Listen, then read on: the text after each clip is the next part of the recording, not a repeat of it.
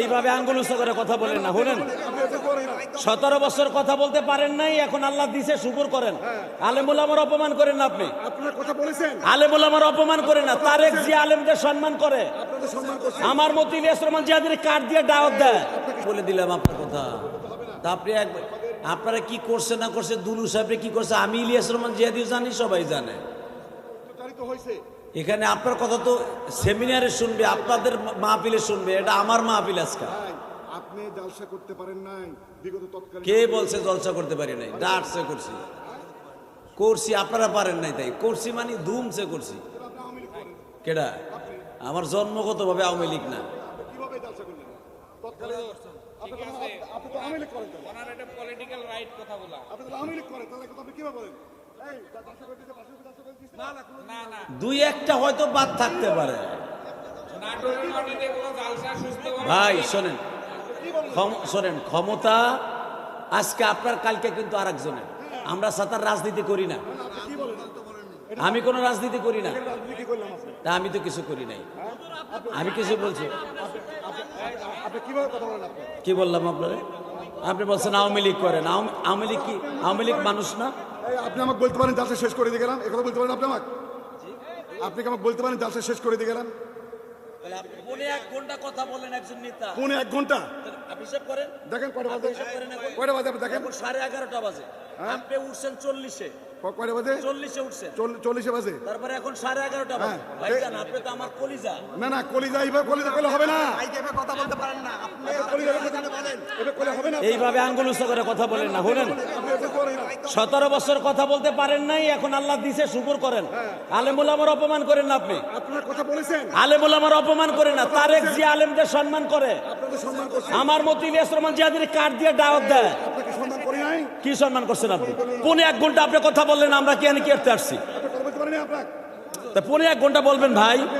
আমি আপনার মেহমান, আমি কিন্তু আপনার মেহমান। আপনি এভাবে বলতে পারেন না। আমি আপনার কি বলছি? কি বলতে আপনি? বাস আপনি কি বলেন? আপনি কি বলছি আপনারে? আপনি আপনার পুরো জীবনী শুরু করছেন, আপনারা তো আমি চিনি, ভালোবাসে চিনি। আরে আপনি চিনলে তো হবে না, আমার কথা বলবো না আপনার। হ্যাঁ তাই বলতে পারি না আপনার। না আপনি খুব বাজে কথা বলেছেন। আরে কথা বল। ভাই তুমি থাকো। কি বলছি ভাই? আমি কি বলছি বলেন? খালি ওনার পক্ষে কথা বলেন না, আমাকে পক্ষেও বলেন। কি বলছি আমি তাকে? সেই তো আমারে বলছে, আমি তো তার কথা বলছি না ভাইজান। পলিটিক্যাল রাইট এটা কথা বলা। এইভাবে বলতে পারেন।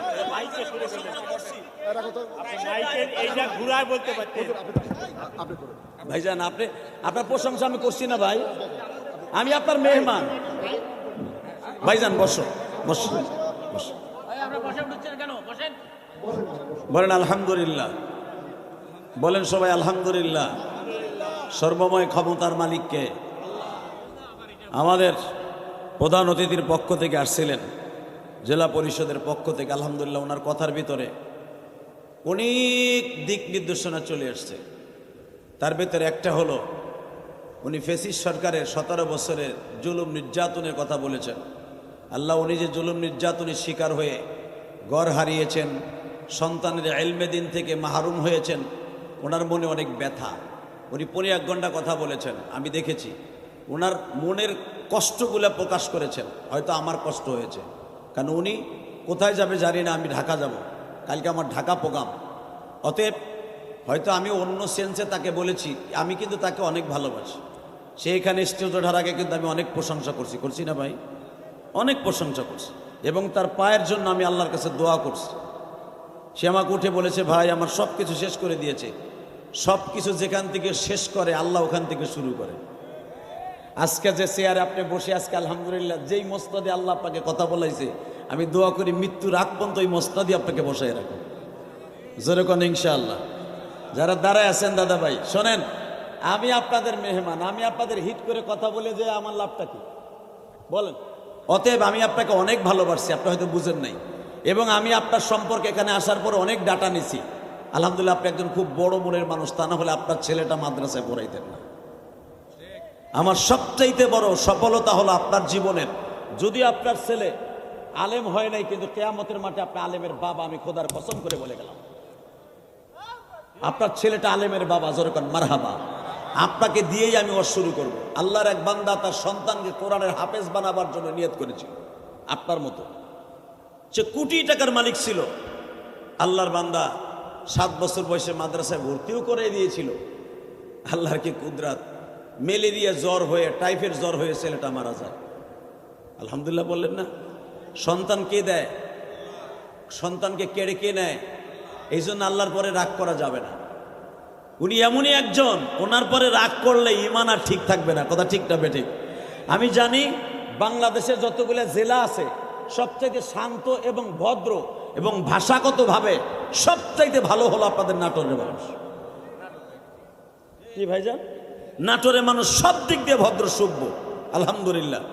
তো ঠিক এমনি করে আমি সারা বাংলাদেশে কিন্তু আপনাদের অনেক প্রশংসা করি যে ভাষাগতভাবে যদি সুন্দরভাবে শিখতে চাও কুষ্টিয়ার নাটক যাও। আলহামদুলিল্লাহ বলেন। আপনার ভাষাগুলো এত সুন্দর ছিল, আমি চাই আছে মাঝে মাঝে ভাসতেছিলাম, বুঝতেছিলাম যে অনেক সময় আমরা 1-2 ঘন্টা কথা বলতে যাই, অনেক কথা এদিক সেদিক হয়ে যায়, কিন্তু আমার ভাইয়ের কথাগুলো কি সুন্দরভাবে বলতেছে। শুধু আমার দিকে তাকান, ওনার কথাটাই আমি ধরে বলছি। আল্লাহর বান্দা যখন নিয়ত করলেন সন্তানটাকে কোরআনের হাফেজ বানাবে, কিন্তু 7 বছর বয়সে আল্লাহর বান্দা চলে গেল। হঠাৎ করে আল্লাহর বান্দা যখন সন্তানটাকে হারিয়ে পাগল পার হয়ে গেল, কারণ যেই সন্তান বাবারে কাফনের কাপড় জড়িয়ে কবরে রাখবে, সেই সন্তানকে বাবাই কবরে রাখে, এর চাইতে কষ্ট আর কি আছে? ঠিক না বেঠিক? জোরে বলেন। আপনাকে মন খারাপ, তাহলে আওয়াজ দেন না কেন? কথা ঠিক না বেঠিক? নিয়ম কি? সন্তান আমারে কবরে রাখবে, এখন সন্তানরে যদি বাবার রাখতে হয়, পৃথিবীর সবচাইতে করুণ ইতিহাস, বাবার কাঁধে সন্তানের লাশ। ঠিক না বেঠিক?